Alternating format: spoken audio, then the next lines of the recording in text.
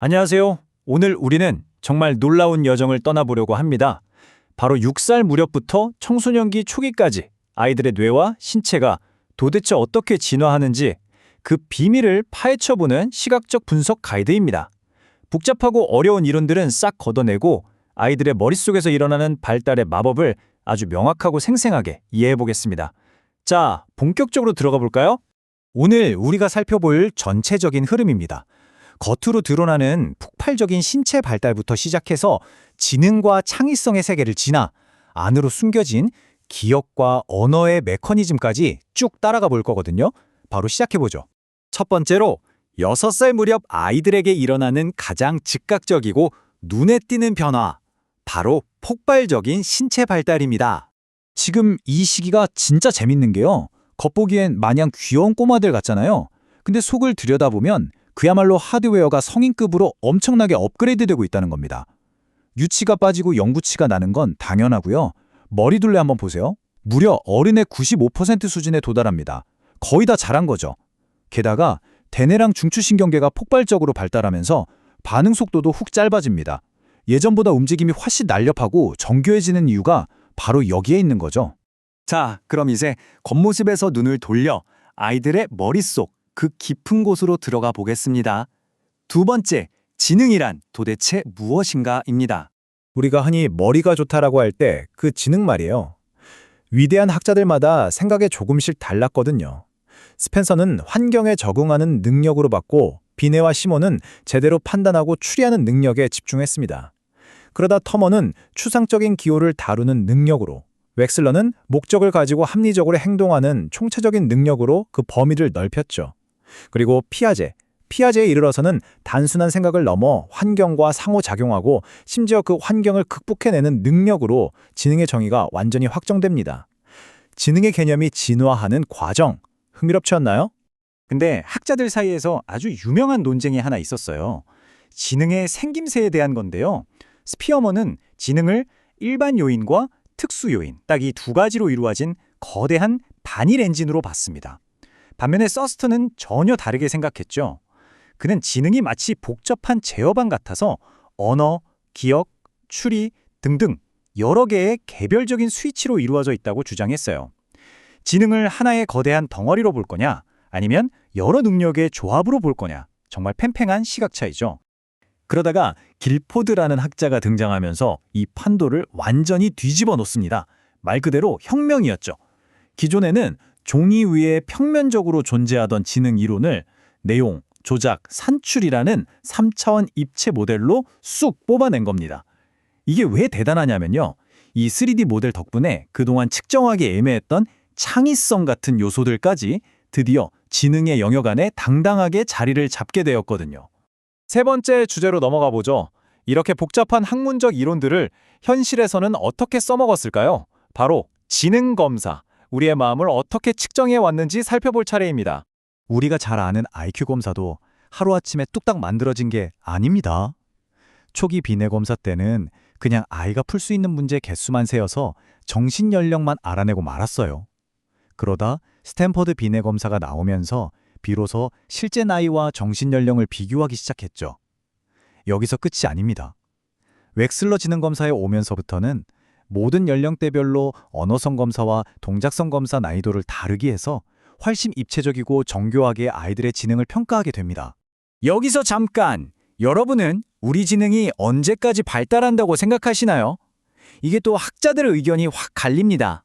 블룸은 수많은 데이터를 종합해서 지능이 17살 무렵에 쫙 정점을 찍고 그 뒤로는 서서히 감소한다고 봤어요. 근데 카텔의 생각은 다릅니다. 그는 어릴 때 지능은 유전의 힘을 크게 받지만 나이가 들면 문화나 경험 같은 후천적 요인의 영향을 받아서 지적 능력이 계속 뻗어나간다고 주장했거든요. 사실 블룸의 이론은 그 당시 지능 검사들이 성인기의 지적 성장을 제대로 담아내지 못한 것 아니냐는 꽤 날카로운 비판을 받기도 합니다. 자, 이 섹션에서 우리가 짚고 넘어가야 할 아주 중요한 팩트가 하나 있습니다. 보통 IQ 점수가 높으면 학교 성적이 좋을 확률, 확실히 높습니다. 이해력이 뛰어나죠. 하지만 그 높은 점수가 우리 아이의 빛나는 창의성까지 보장해 주느냐? 그건 전혀 아니라는 겁니다. 인간의 창의성은 단순한 지적 요인 그 이상의 것들을 포함하고 있기 때문이죠. 딱딱한 점수 얘기는 여기까지 하고 이제 좀 더 말랑말랑하고 흥미로운 네 번째 영역으로 가보겠습니다. 아이들마다 세상을 받아들이는 각기 다른 스타일, 창의성과 인지 양식입니다. 방금 제가 창의성 얘기를 꺼냈는데요. 여러분, 창의성이 뭐라고 생각하세요? 보통은 그림 잘 그리고 노래 잘하는 예술적 재능을 떠올리시잖아요. 하지만 발달 심리학에서 보는 창의성은 훨씬 더 생존과 직결된 인지기능입니다. 아이가 자신이 가진 경험과 지식을 상상력을 통해 싹 모아서 완전히 새로운 환경에 적응하기 위한 기발한 방법을 발명해내는 능력이에요. 그러니까 세상을 살아가는 나만의 새로운 무기를 만들어내는 아주 대단한 과정인 거죠. 이런 정보를 처리할 때 아이들마다 스타일이 극명하게 나뉩니다. 예를 들어 퍼즐을 풀 때 주변 환경이나 바깥의 힌트에 많이 기대는 성향을 장의존성이라고 부릅니다.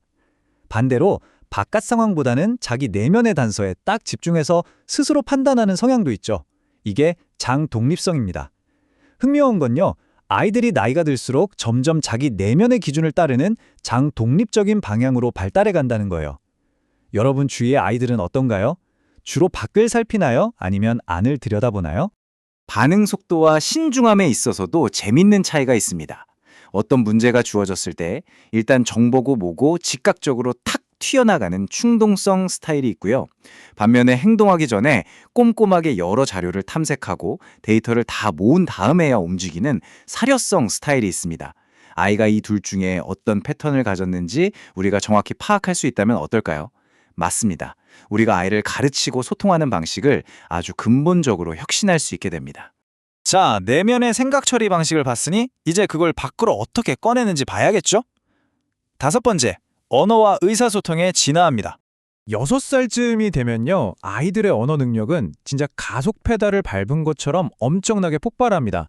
기본적인 구문 구조를 파악하는 걸 넘어서서 어른들도 가끔 헷갈려하는 복잡한 어휘들을 척척 쓰기 시작하거든요. 심지어 불규칙한 문법들 있잖아요. 규칙이 없어서 외워야만 하는 그런 예외 상황들까지 알아서 이해하고 적용하는 정말 놀라운 모습을 보여주기 시작합니다. 그리고 여기서 아주 결정적이고 중요한 사회적 발달의 순간이 찾아옵니다. 바로 대상 참조적 의사소통이라는 건데요. 쉽게 말해서 아이가 듣는 사람에 맞춰서 자기 언어를 조절하기 시작한다는 겁니다.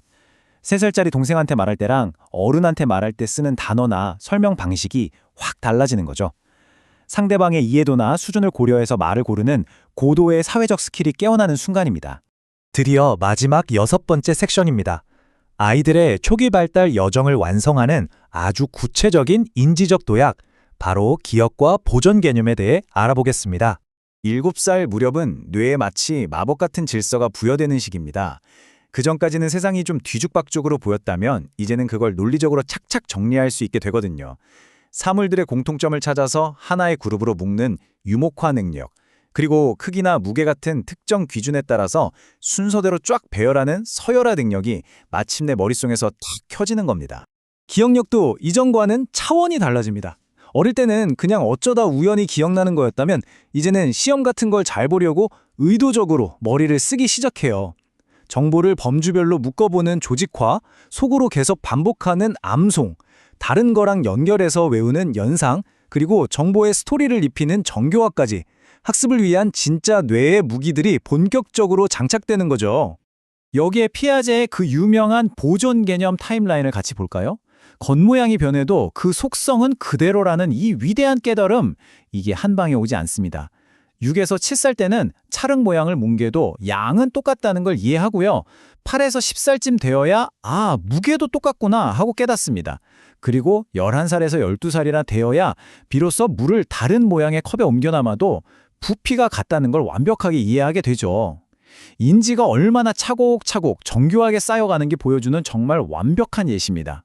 자, 지금까지 우리는 신체, 지능, 창의성, 언어, 기억이 아주 유기적으로 얽히고 설키며 발달해 나가는 경이로운 과정을 쭉 따라왔습니다.